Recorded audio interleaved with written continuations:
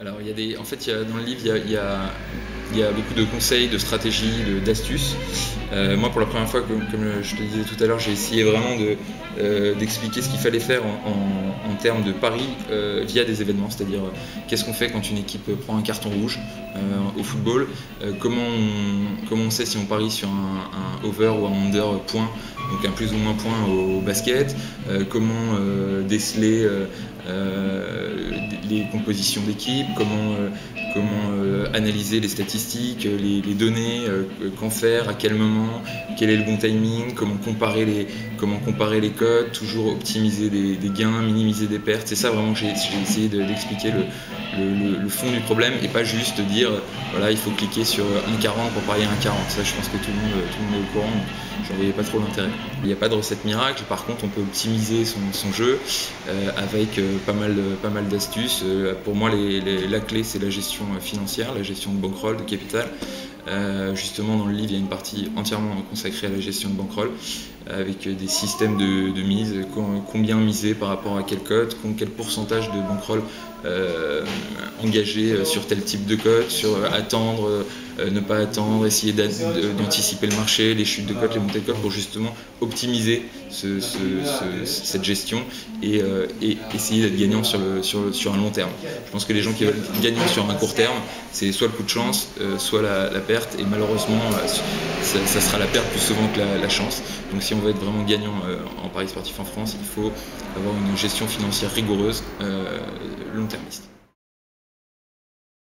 J'ai fait un petit benchmark rapide sur les bouquins en paris sportif. Il se trouve qu'il n'y a rien eu depuis 2010-2011 écrit par quelqu'un qui avait une certaine légitimité. Il y a eu quelques petits bouquins, mais écrits par des personnes qui n'avaient aucune expérience dans le métier.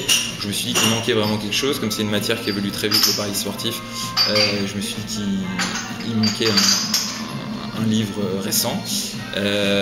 Voilà, et je me suis dit que les livres qui avaient déjà été faits étaient des livres plutôt descriptifs, où on expliquait globalement comment jouer, comment faire un pari, comment s'inscrire sur un book, comment gagner, comment limiter les pertes et tout, mais il n'y avait pas vraiment de réelle stratégie, pas d'expertise trading, pas d'expertise métier dessus, donc je me suis dit qu'il y avait vraiment quelque chose à faire, et c'est comme ça que j'ai entrepris d'écrire cet ouvrage.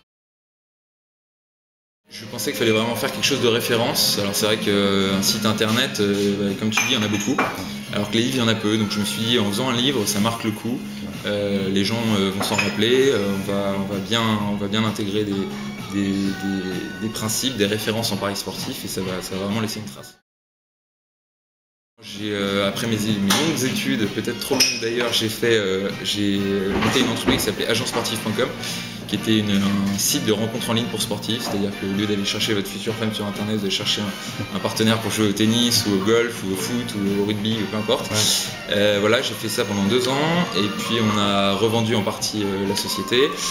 Moi ma passion c'est le sport en premier lieu, et c'est vrai que j'étais un grand fan de paris sportifs aussi, et j'ai vu avec l'ouverture du marché avec la loi Argel d'ouverture à la concurrence en 2010, il y a un marché qui s'est ouvert et j'ai vu qu'un grand opérateur de paris sportifs embauchait des traders en paris sportifs. Donc le mot trader en paris sportif n'existait même pas en France, je pense que c'était les premiers, et je me suis dit tiens c'est toujours pas mal d'être pionnier dans quelque chose, et puis en plus c'est un truc super intéressant, donc j'y suis allé à fond, j'ai postulé et voilà, j'ai été pris, et j'ai fait 2 ans en trading tout sport, mainbook et live betting confondus, et puis j'ai fait presque 2 ans uniquement au football. Pour le parieur c'est très simple, c'est l'appât du gain, donc c'est vrai qu'en plus on est en pleine période de crise, donc plus c'est la crise, plus les gens ont besoin d'argent, c'est vrai, et donc plus le gain immédiat fait rêver, et donc plus les gens vont essayer de parier. Il est là le facteur attractif. Par contre c'est vrai qu'il y a plein de dangers qui découlent de cela, notamment les dangers classiques du pari sportif sont l'addiction, l'isolement, l'endettement, et moi je trouve qu'il y a un autre danger aussi assez énorme que j'explique dans le livre, qui est le tilt. Alors c'est vrai que c'est un mot qu'on utilise beaucoup au poker, c'est le fait de miser des sommes qu'on n'aurait pas misées suite à la perte d'un pari, Et ça, personne ne l'a jamais fait, expliquer l'aspect psychologique du tilt, comment lutter contre ce tilt, essayer de trouver des remèdes à ce tilt, c'est voir s'il est vraiment évitable ou pas finalement. Voilà, donc j'essaye aussi de prévenir des dangers et en tout cas d'informer les parieurs que c'est pas une activité sans risque. C'est vrai que nous en France on a une législation très particulière depuis 2010 avec l'ARJEL qui est l'autorité de régulation et qui limite énormément l'offre de paris sportifs. Et c'est vrai que quand sur un pari en France on peut parier sur 50 paris dérivés sur un match de football, en Angleterre il y a des matchs avec plus de 200 paris dérivés, donc c'est vrai qu'on a une offre très réduite mais qui est quand même assez large.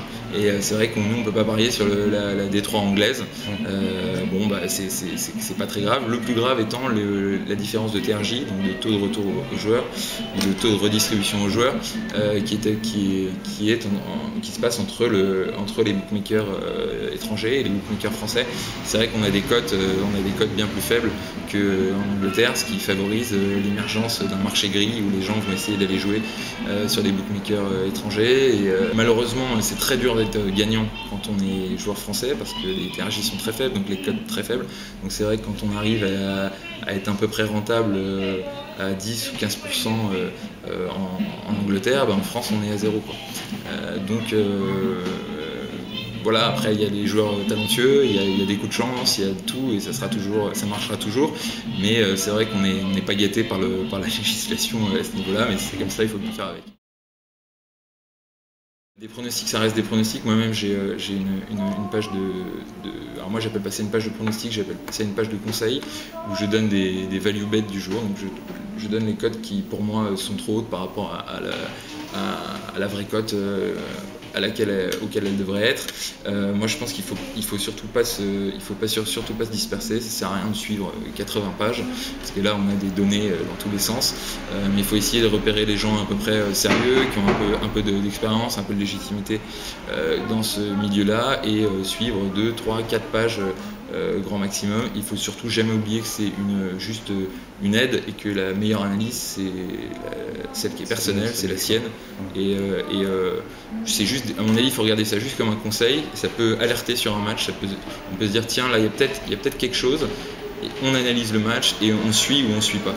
Ou on parie l'inverse même. On peut même se rendre compte que justement, au contraire, mais surtout ne pas prendre ça pour argent comptant et ne pas se dire si X dit que c'est Celta Vigo qui gagne ce soir à 1,40, Celta Vigo va gagner. Il y a 6 objectifs dans le bouquin qui sont vraiment essentiels et que personne n'a jamais vraiment décrit.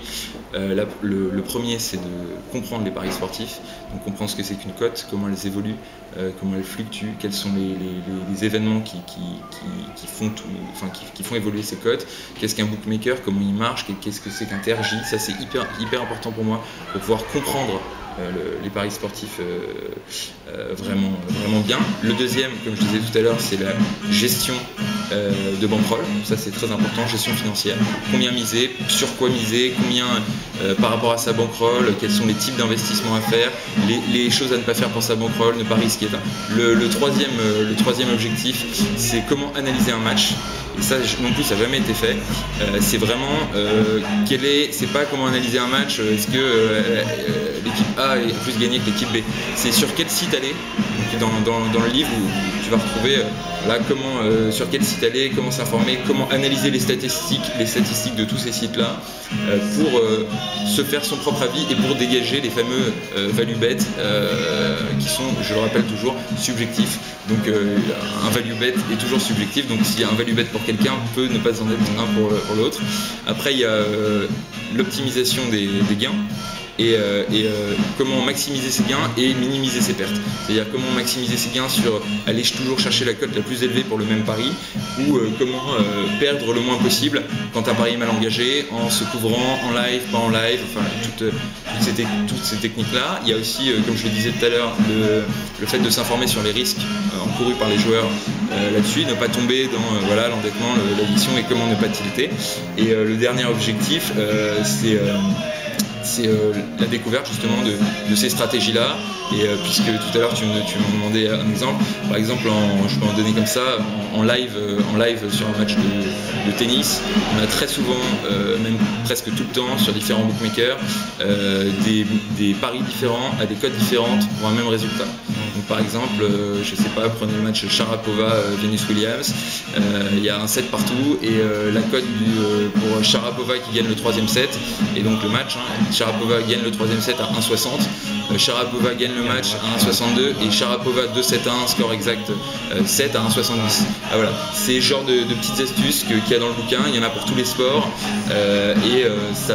c'est comme ça qu'on optimise ses gains, c'est en faisant aussi attention et en se renseignant bien sur l'offre. Le but c'était vraiment que le joueur débutant puisse commencer et apprendre et devenir expert, et que l'expert trouve tout de suite les techniques qui lui manquent, ou affine ses techniques en trouvant les petits plus, les petites astuces et voilà, les petites choses qui vont faire qu'il va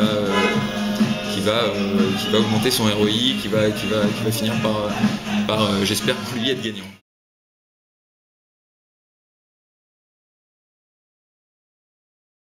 En 2010, j'avais écrit Chronique d'un échec annoncé en avril pour dire qu'il ne passerait pas le premier tour, alors que je suis le premier supporter de l'équipe de France et que je suis un fan absolu des Bleus. Malheureusement, j'avais raison, donc cette année, je vais essayer d'y croire un peu plus qu'en 2010. Alors on va dire un quart, ça serait déjà pas mal, vu le niveau, il faut quand même être réaliste, mais après on peut toujours rêver, donc pourquoi pas aller au bout, on ne sait jamais.